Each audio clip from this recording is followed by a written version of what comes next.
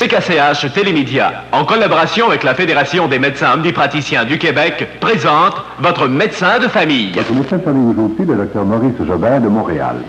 Dr Jobin, pouvez-vous nous parler aujourd'hui de la gonorrhée?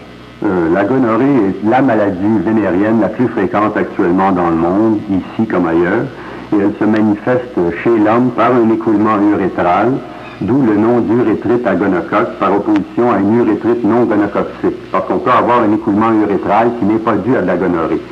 Et cette maladie se manifeste par un brûlement intense au moment de la miction, en urinant.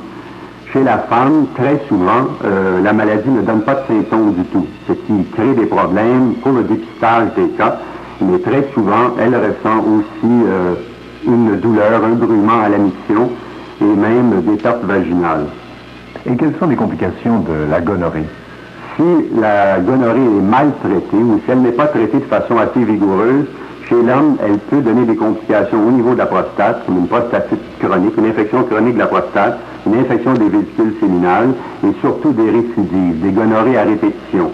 Chez la femme, tous les organes sexuels peuvent être atteints à un moment donné. On peut avoir une cervicite, une inflammation du col de l'utérus, une bartholinite, ou une infection des glandes de Bartholin, et surtout une salpingite, une infection des trompes, qui peut amener un blocage des trompes et la stérilité permanente par la suite.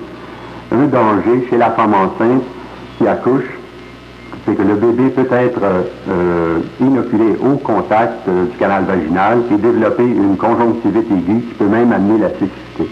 Merci, Dr Jobin.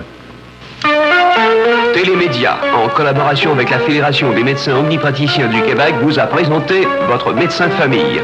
Toutes les personnes désireuses de poser une question ou d'exprimer leurs commentaires concernant cette série peuvent le faire en écrivant à votre médecin de famille aux soins de la station que vous écoutez présentement.